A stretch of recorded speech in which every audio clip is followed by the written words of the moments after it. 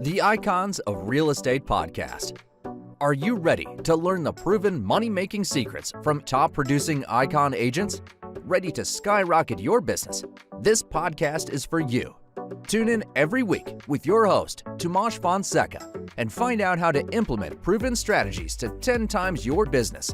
From $3 million to $30 million in just 12 months. Brought to you by the Masters at Real Estate Marketing, Arter SEO.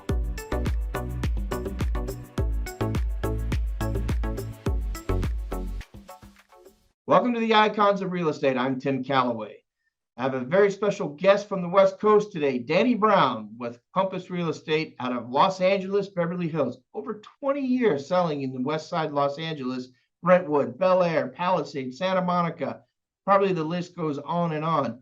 He's also been on Real Trends Wall Street Journal 1000 for over a decade. That's a major feat. And correct me if I'm wrong, Danny, you are celebrating your 6th season with your podcast, The Deal with Danny Brown. We are. Yeah, and that is with Steven Shapiro and Kurt Rappaport, if I'm not mistaken. Yeah, we're actually launching season 6 today, this afternoon, and it's actually Steven Shapiro who's his partner's Kurt Rappaport, who is probably the top producing in the history of mankind. But yes, that is a major deal, man. That's worth listening to. So for sure. Well, Danny, welcome to the show. Thanks for having me. Good to be here. Yeah, a lot to talk about, man. So let's do it. Everybody wants to know, guys successful like you in real estate in that area. I gotta tell you, man. I come from LA. Well, not the LA that you're in, but Ventura. Close enough. Ventura, right down the street. So yeah. But when I think of just down the highway, you'll get there in 4 hours. When I think of real real estate, high-end luxury real estate, I've got family there. I've got one right there in Beverly Hills. That's what people think about. So tell me how you got here. I mean, start at the beginning. How'd you get into real estate and how'd you get to where you are now? It's a long story.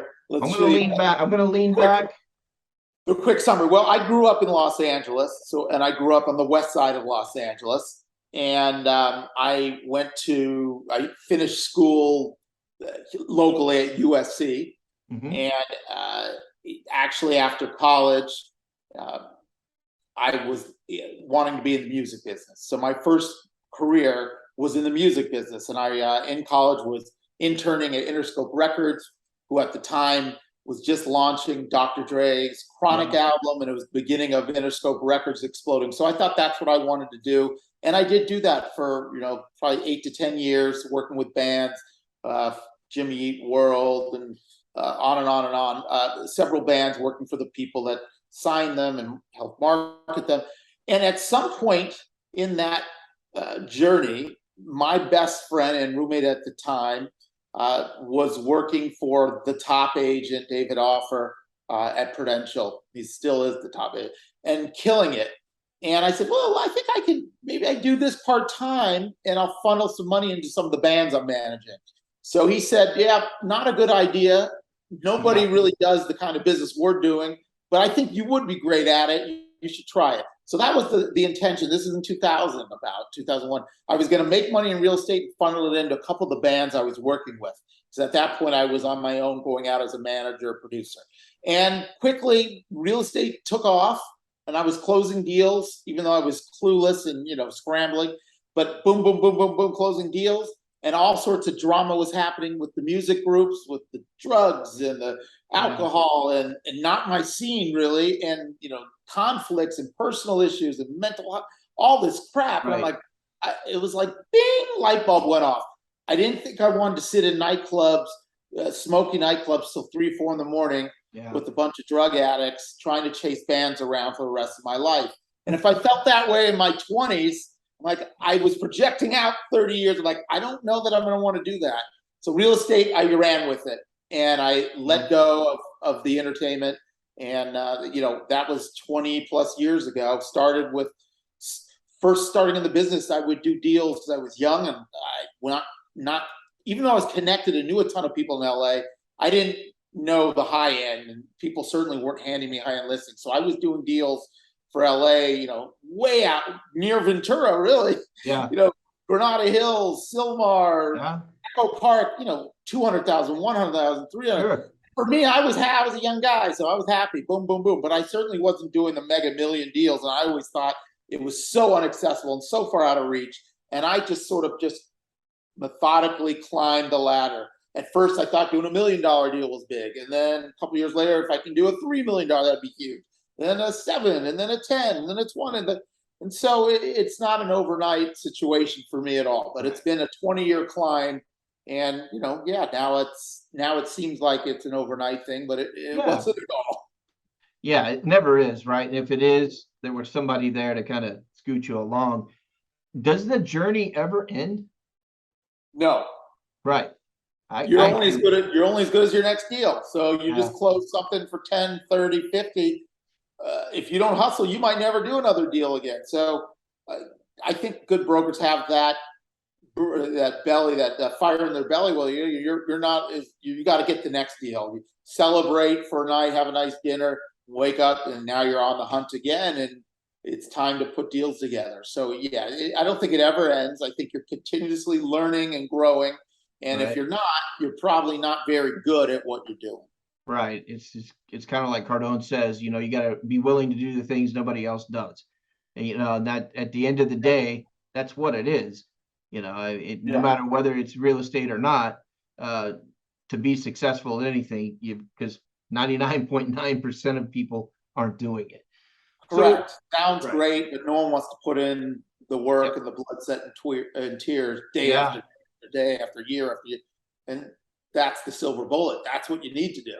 Yeah, exactly. So we've talked about the past a little bit, and that's a fascinating story, by the way. I'm probably going to use your story and tell somebody else that story, just so you know. That's fine. Unless you've copywritten it or something, or got a trademark on your story.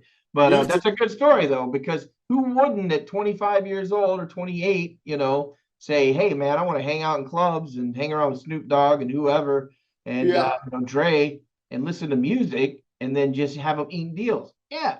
But, I'm in my 50s now, and I'm like, oh my gosh, if I stay up past 11:30 some nights, I'm worn out, I don't tell anybody that, just the people listening. But exactly. Yeah, it did. Hey, look, I like to have a good time like anyone else, off steam, but that was a 7-day-a-week grind that I was burning out already in my 20s. Right. You're like, I'm willing to do the 7 days a week. I get it. Okay, I've got to keep the momentum going, but this isn't it. So let's talk about, we've talked about the past, how you got to where you are now. Let's talk about now. So, tell me about, let's talk about it. I mean, what's your target market?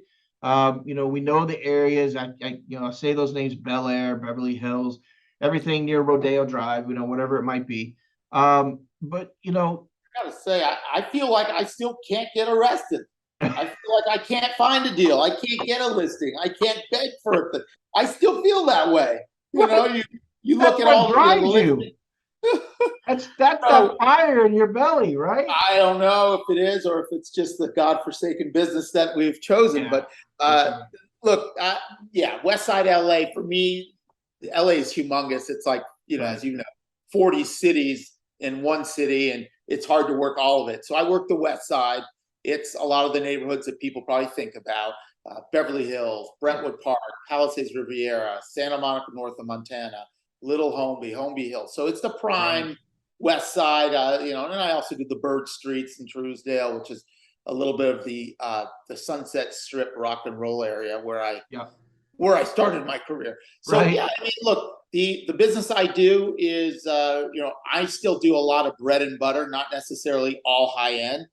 There isn't that many high end deals. In LA, there's more. In Florida too, where you are, there's more. The reality is you're not going to do $50 million deals. Don't happen 50 times a year in LA. So it's great. And I'm always chasing the whale. And yes, you want to pop a 20 or a 50, and you can get 100 plus. Incredible. But day to day, my average price point, when you average it out, it's probably 5, 6, 7 million. And I try to churn as many of those out. And that may sound like a big number if you're not in a market like LA or New York or San Francisco or Palm Beach or Miami. But that, that's sort of the middle market of LA is probably around that 3 to 10 million is the middle market. The entry level is probably the 1 to 3, depending on where you are in LA. And, so that I try to just, my bread and butter deals happen. And, I'll sell $100 million condo too. And if I get lucky once in a while, we get a big listing and, that's what we're excited about. But most of it is the bread and butter consistency, doing the deals every day. And that's usually in that $3 to $10 million range. Right. I thought about this. I wasn't going to tell you, but I'm going to go ahead and tell you because it just makes me laugh. I was doing my due diligence, as I always do before the shows. And so I was at your site and I was looking at your listings. And I don't know if it was because it was 5 a.m. or I don't know if my eyes were deceiving me, but I wanted to look at your listings, right? So I'm looking at your listings. I go, oh, that's nice. That's nice. Well, the 3 condos you have up in the hills for 1.5 or 1.49. Yes. You may not even be. Maybe an admin puts that there for you. I don't know. No, I know what you're talking about. Yeah, it's in Eagle Rock. Yeah, Eagle Rock, right? I'm not kidding you, Danny. I looked at that and I glasses, and I'm like, wait a minute, 499,000. 499 is what I read, and I was like, I wonder if he's awake at 2 a.m. I wonder if I could call him right now and buy these right in this minute. Right I was now. like, that's got to be a steal. And then I don't know if I came back to it. I took some notes and I came back, and then it was 1.49, which is still, not a bad deal, right? For where it's at, and they're nice. But it was just funny how I kind of misread that real quick, and I was like, well, I think you really did misread it at 3 or 4 in the morning. I don't know what you were drinking because right? those aren't actual townhomes. That's actually renderings of what could be built on those parcels, which are as steep as the Himalayas. They're 3 vertical lots, and they're $500,000 for each lot, 3 to 3, 1.5 for the package. Then you got to build on a vertical hill with caissons. Right. So that's why. And it's in Eagle Rock, which is east side of LA. So there you go. That's what you get in the east side of LA. You can buy a lot of cliff like this. People falling over each other in houses over there. You still pay 1.5 million. Yeah, but I wasn't drinking. It was 5 a.m. I do all my liner notes and stuff, real early and get started at 8. And I was like, no way. What a deal. It's a steal. And then you show up and I don't care he's 3 hours behind me. I'm going to tell him right now. I'm getting this done. And then I don't know why, but I refreshed or whatever, and I go, yeah, it makes more sense. Oh, well, I had 7 seconds of excitement there from your website. So. Sorry to burst your bubble. No, that's all right. My bad. I knew I should have told you, but so that's where you're at now. Let's talk about the future a little bit. Where do you see Compass? I know you work with, Compass as a company in development and kind of what they're doing. So tell me, what do you see in the next 5 years for yourself, for Compass? And, get out your crystal ball you got there behind you and tell me there we go. What's going to happen? The genie in the bottle and the crystal ball. Right. Well, that's, let me try to unpack that because that's several questions in one. There's, where do I see myself? And then where do I see Compass, which is also a very hot topic in the media. People love to beat up on Compass and the sky's falling and we're wasting money and losing money and the media is really painting an awful picture. And it's probably, although there's some truth to it, it's certainly blown well out of proportion and the narrative is negative. Every brokerage right now is going through a transition because the market shifted. Right. And every brokerage, whether it's the biggest or the smallest, transaction volumes are down, some depending on what micro market you're in, but 50% or more. So we're all feeling the pain. Yet everyone just wants to talk about Compass for obvious reasons, because we are the only company that raised $1 billion+, spent the $1 billion+. That said, we are so close to being profitable. We are on a trajectory to be profitable probably in the next 12 to 24 months. I think it'll probably be closer to 12 months, of course, depending on what this market does. Right. But we're cutting costs like everyone else, and we are keeping our costs low. And, yes, we were aggressive with acquisitions. And yes, we were aggressive with getting the best brokers to join us with good sweetheart deals. Well, that's how you get the best brokers. Sure. But besides that, the Compass platform, which everyone's been knocking for 10 years, it is legit. And I've been at every good company, and I know it is so good. It is so efficient. It really helps day to day as an agent, whether you're a solo agent, small like me with 1 or 2 people, or you're a massive team. The stuff's incredible. The amount of support you get for marketing and customer service, incredible. So the stock market is shitting all over us. Sure. And most of the stock market, whether it's, even if it's Netflix or right. Bitcoin, everything's getting beat up. Right. And that sucks. And it's awful. And I think it may take a year or 2 for, Wall Street to catch up and believe in Compass again. But I think Compass is on a path to profitability. Robert Refkin is brilliant. He's totally realistic. He's connected to what's going on Wall Street, what's going on in real estate, what's going on in the global and local environment. And the culture we have is like no other. Even though we're a huge company now, biggest brokerage in the country, we have a culture at no other. We're going to Atlanta for the Compass retreat. It's like having a Mardi Gras, and it's inspiring and fun. Sure. So that's what's going on with the Compass. I would just tell everyone, be patient. Judge Compass in 2 or 3 years and tell me, how we did. Don't judge us now when everyone is struggling and it's bad. In terms of me personally, look, I'm always trying to grow and expand. I'm not a believer in having a big team. And I kind of feel like the culture of big teams and TV agents, this is a big part of what Steven Shapiro and I are going to talk about in our podcast, because he's been doing it for 40 years. Right. There's a lot of smoke and mirrors, a lot of big teams, but no one's really doing any production. And, there's hundreds of teams with 50 people, but they're not doing close to the production I'm doing with me. So I'm going to keep growing and keep enjoying where I'm at. I'm big on productivity and efficiencies, because I want to spend time with side projects, my podcast, some other entertainment and media stuff that I've recently come back to, side businesses, and my 3 kids and my wife. And I love to surf and travel and work out. So for me, a lot of it is not just maximizing how many listings and what's the maximum, volume.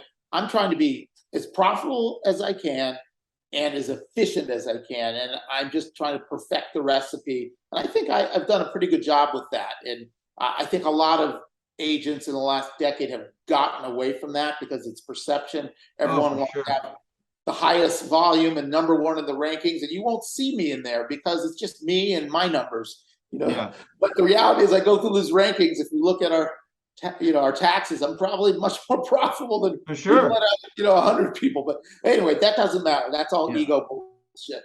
But I'm going to keep growing. And, the market's going through a rough time. It's going through, well, it's not so rough. It's just a transition. We were in a frenetic market for years. It's a 10-year cycle. We're overdue. I don't know what's going to happen. I don't know if it's going to be flat. In LA, I can only speak for LA. Right now in LA, if it's a blue chip property that everyone wants in the right location, it's still getting record prices. If it's an average property or sub-average, and you're priced like aspirational, you're priced like the peak, and I think the peak's behind us 6 months ago in LA at least. If you're priced that way, then you're going to have to do substantial price reductions. But those substantial and significant price reductions create this perception that, oh my God, the market's crashing. Right. Chicken Little's hit the road. Yeah. It's not at all in LA. In fact, prices are holding, and good price properties in blue chip locations are still selling at a record. It's the average stuff that's coming down, as it should. Sure. Now, I don't know what it's going to look like in 6 months, but it's moving under our feet as we speak. Interest rates, the war, all sorts of stuff. So that's my long answer to, I don't even know if that was what you asked me, but I just went off on it. That's all right. Hey, you know what? I've had people come on the show and I'll ask them a similar question and I get this. We think things are going to stay pretty good. We want to grow. No. So, Yeah, okay.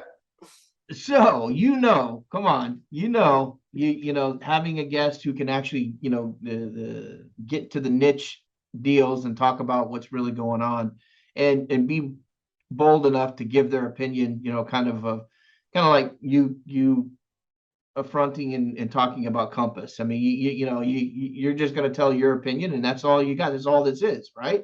Yeah, And this is me. Keeping it real. This is my opinion, my view. You yeah, can agree, disagree. You right. know, I mean, go ahead. I have something to say and I have an opinion, and I think Yeah, I am on the side of trying to give an objective opinion, whether it's my, even though I have a personal stake in Compass, it's still my objective opinion and the market in general. And yeah, I just look, try to keep it real and give people honest advice and honest information, and that's helped me build my business. So I stick to right. that. I'm going to keep sticking to that. Yeah, I agree. I think too many people, it's been too soon, so to speak, since 2007 and 8, right? I mean, and so everybody's got this imprint on their mind of, oh gosh, It is, everything's yeah. going to collapse. The sky is falling. My name's Chicken Little. I'm running for the hills. And we're not even close to what was going on then. And I can say that being someone in their 50s who was around in the 80s when interest rates were 17%. Yeah. Guess what? People still bought homes, you know. Uh, Yeah.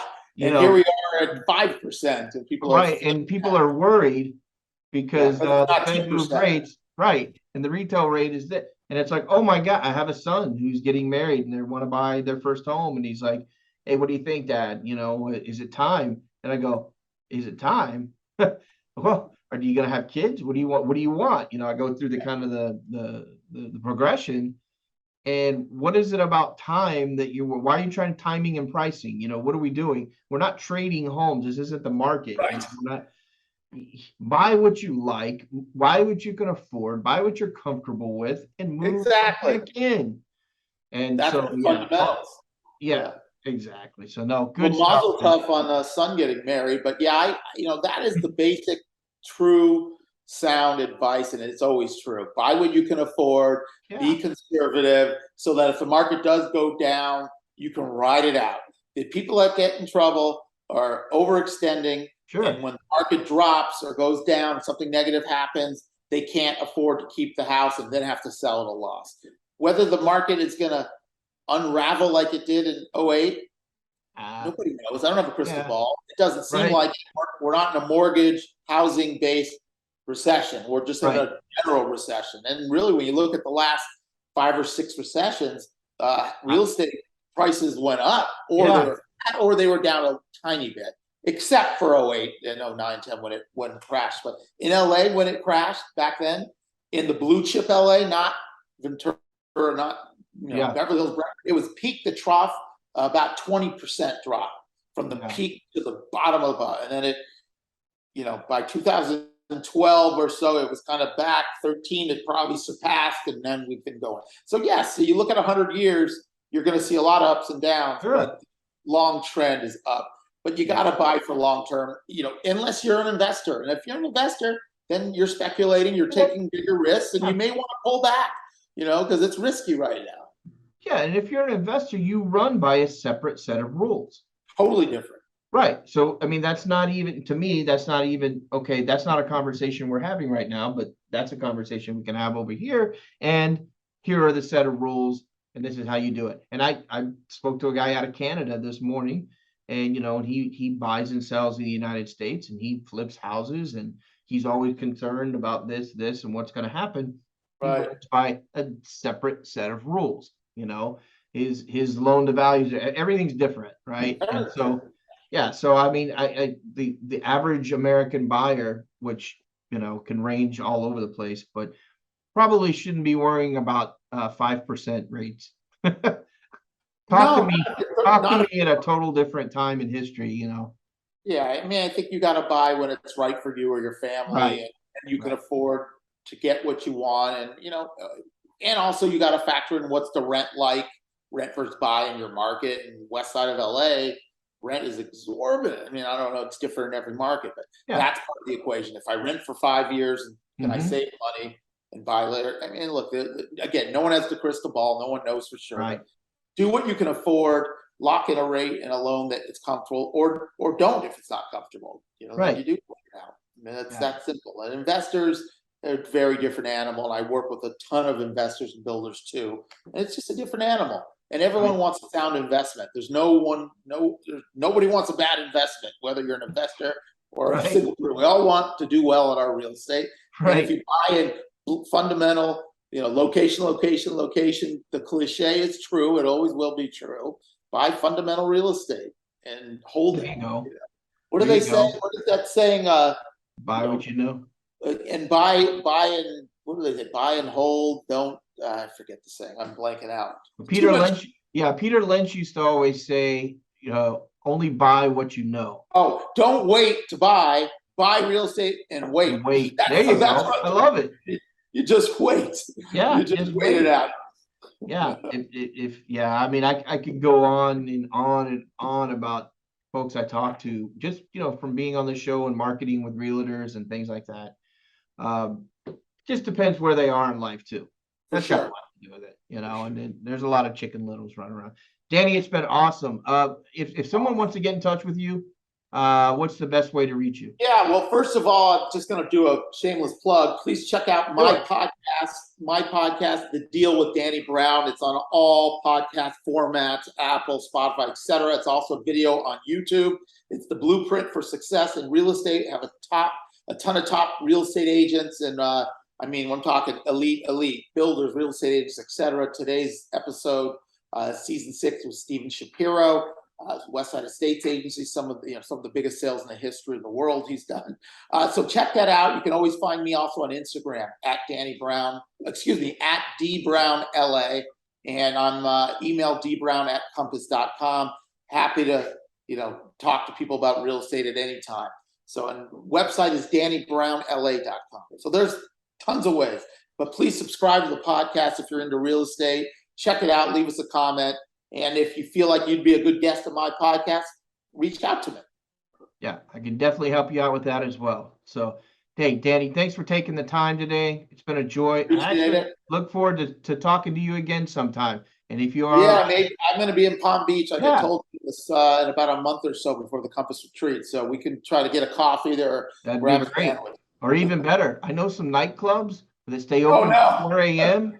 And there you go. Smoky, and there's a lot of partying going on. But yeah, bring me back to the old me.